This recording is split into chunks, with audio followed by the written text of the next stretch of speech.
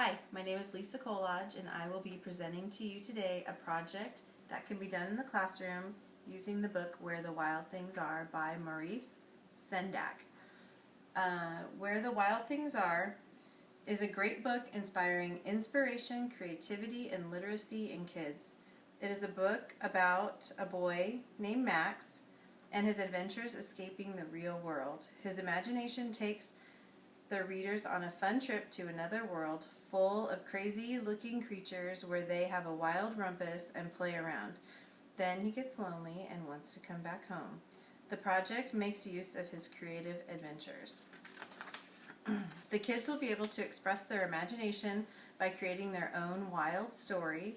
They will also have art time, which is becoming so rare in classes these days, by designing their own wild thing. This is a project that involves reading, writing, and art time, 3 important elements of classroom time. I think that whenever we can bring a little more art back into the classroom, it is a win. I love this project because it has a balance of academics with writing and reading and still includes art. Some of the things that you're going to need for this project is from the website Teach Easy. They have these great templates for making masks. We're not going to make a mask, but we're going to use the templates for creating our wild things. So there's one of them. Here's another one. Eyes, ears, nose, mouth, a place for the kids to start. They can color and decorate these, and then we'll later glue them onto plates to create our wild thing faces. Something else they're also going to need, or this is what I'm sampling in my project, but it's really flexible and you can change it and make it whatever meets your needs for your classroom. But for my project, we're going to use a real and pretend page, so they'll be able to cut this in half and glue it on 2 separate parts of the finished product.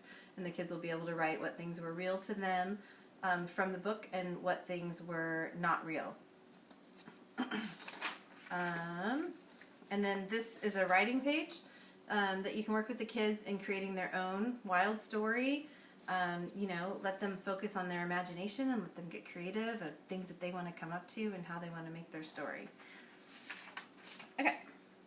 That covers the stuff that we'll need. We also need like construction paper, paper plates, glue, scissors, paint, and crayons. Okay.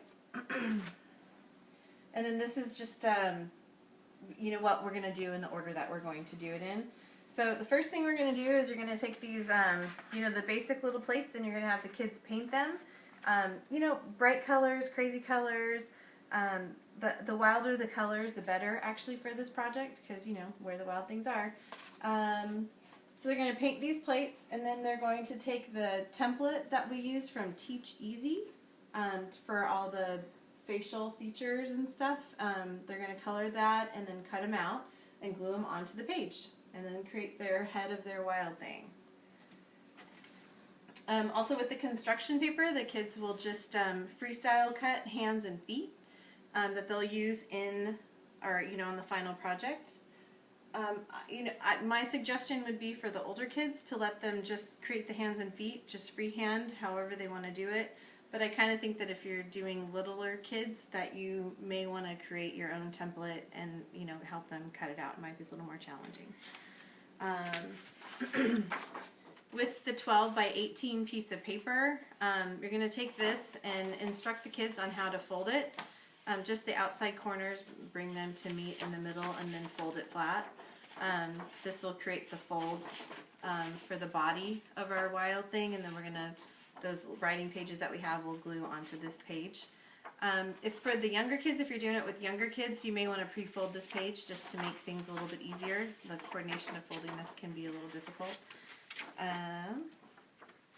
Okay, and then next we're going to take the head that we created and the hands and feet, and we're going to go glue the hands and feet on and then staple the head on to the top center. Bright colors, mix of colors, doesn't need to be the standard color. The more variety in the colors, it just looks a lot neater, and it ends up being a really cool thing to staple on a teacher's wall. And the very last step, here we go. we're going to take the writing pages that we did and glue them on to the page like so. Something else I'd like to point out with the writing pages and what you put here in the body of your wild thing is it's adaptable and can fit whatever the needs that you have for your classroom and what you're teaching and what your goal is to teach the kids.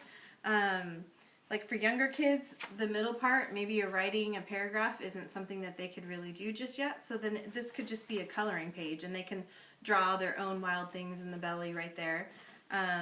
For older kids, when you're exploring sentence structure and stuff and you want to talk about verbs and adjectives, this is a great place. You can just have 2 columns with the verbs and adjectives that the kids take from the story.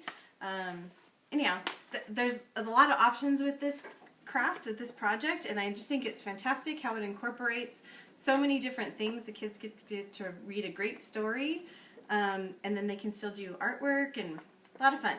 Anyhow, I hope that, thank you guys all for watching my presentation, and I hope you've enjoyed it, and I hope that you're able to use this someday in your future classrooms.